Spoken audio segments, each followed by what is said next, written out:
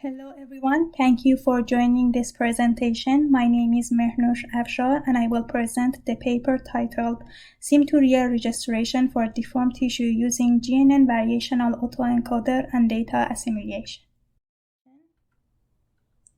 The outline of the presentation includes an introduction to breast brachytrophy and its challenges, the requirement of having a real-time tissue registration approach, and our previous work which was about the development of a real-time closed-loop tissue deformation solver with the help of Kalman filtering. I will talk about our proposed method, that is a new sim-to-real module which is developed based on the concept of data assimilation in the learned latent space of deformed tissues. The presentation will be followed by a discussion on simulation and experimental result and conclusion.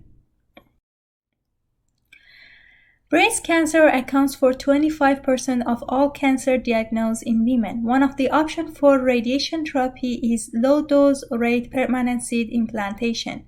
In this treatment, multiple radioactive sources are distributed across the affected volume of the breast. In the current practice, the seeds are deposited based on a dosimetry plan. To assure the performance of the radiotherapy, the clinician should strictly follow the dosimetry plan, and it is important to accurately plant seeds at the predefined locations. Studies have shown that the average seed placement error in breast brachytherapy is about 9 ± 5 mm. The off-target implanted seed result in inadequate radiotherapy and increase the risk of cancer resurgence. The seed implantation inaccuracy are usually due to the deformation of the breast. Current brachytherapy procedure would greatly benefit from a solution to track the target location as the tissue is being deformed. Target tracking for breast brachytherapy can be achieved by using an adaptive patient-specific tissue deformation model. Relying solely on an open-loop tissue simulator for target tracking is insufficient. The mismatch between physics-based tissue simulator and real-world dynamics need to be addressed. In our prior work, we aim to mitigate the mismatch by enhancing the accuracy of an open-loop tissue simulator through the development of a closed-loop tissue simulator using Kalman filtering. We used Kalman filter for linear system as it significantly reduces computational complexity. To implement this, we transformed the nonlinear tissue dynamic equation into a linear state space model with a fixed transition matrix and put all nonlinearity inside the input.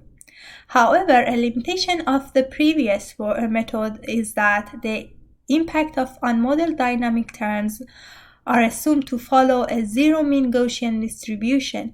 This assumption restricts the corrective capability of the method, considering the nonlinearity inherent in tissue dynamics. We propose an innovative online residual model that enhances the corrective capability of the previous approach. The proposed sim-to-real transfer framework uses deep learning network to represent deformed meshes in a lower dimensional space. And then we employ a data assimilation method to merge real-world partial measurements with the simulator prediction inside the latent space. Within this framework, we utilize variational autoencoder based on graph neural networks to learn the lower dimensional space of deformed meshes. To train GNN-VAE, we utilize synthetic dataset of deformed meshes generated from various finite element simulation, and this helps us to not use real data for training, and this is very important for medical application. To update the prior distribution learned inside GNN-VAE, we employ an ensemble smoother with multiple data assimilation ES-MDA technique.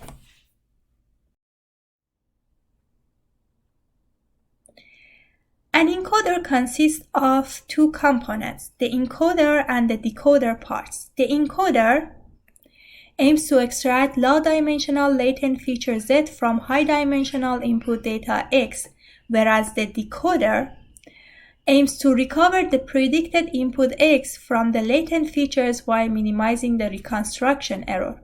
It is not possible to directly apply 2D or 3D convolution network to mesh data due to the irregularity in local structure in the meshes.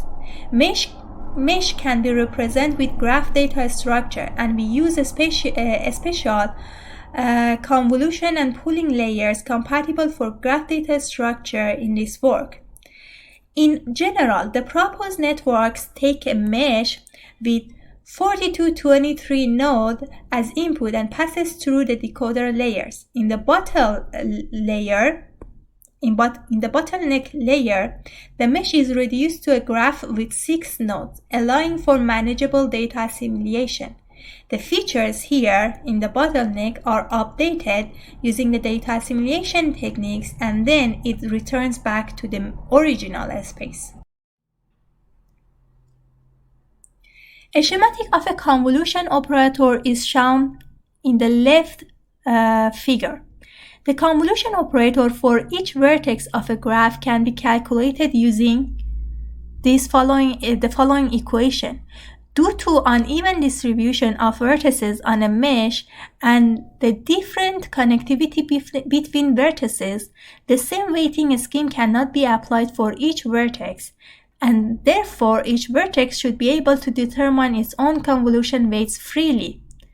A discrete convolution kernel, as shown in this figure, is defined with weights on a standard grid, which we call it weight basis grid. The vertices of a local region of the mesh scatter within this grid, the blue dots. The weights at real vertices can be sampled from the weight basis via a sampling function. During the training process, the global weights bk value and the sampling function alpha ijk for each vertex are going to be learned. We also need to have a pooling layer. In an arbitrary graph, the vertices can be distributed quite unevenly within the kernel radius, and using max or average pooling is not going to help us. We use a pooling layer which uses Monte Carlo sampling for feature aggregation using the following equation. In this equation, rho I, j are the values that we learn for each sampling pooling layer. At the end, the final VAE network consists of 3 convolution and 3 pooling layer in the encoder and 3 up transconvolution and up pooling layer in the decoder parts.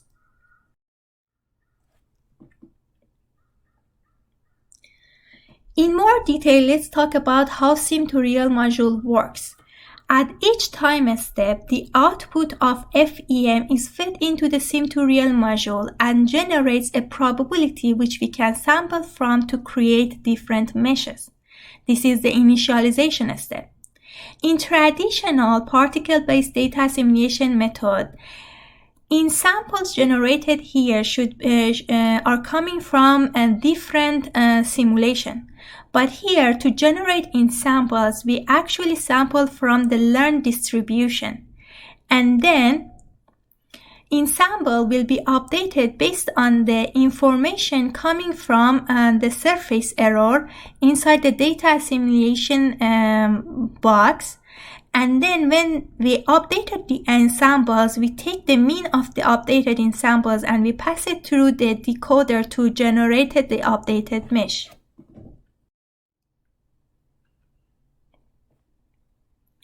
For data assimilation block, as we said before, ensemble smoother with multiple data assimilation is chosen over Kalman filtering group, and the reason for that is that Kalman filter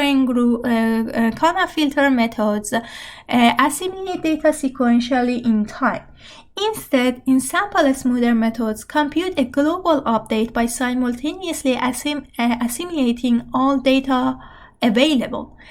This characteristic allows us to simplify the update step at each time step and update the model independently from the previous step. This helps us to avoid learning any temporal dependency inside the latent space and make training process more straightforward. In GNN-MDA technique, the number of iterations must be determined by the user, and the two steps of the algorithm, forecast and update, are going to repeat it for the number of iterations. Inside the forecast step, the in-sample iteration Zi is used as an input into the forward model, which is the decoder network of the trained GNN-VAE, which produce an output mesh.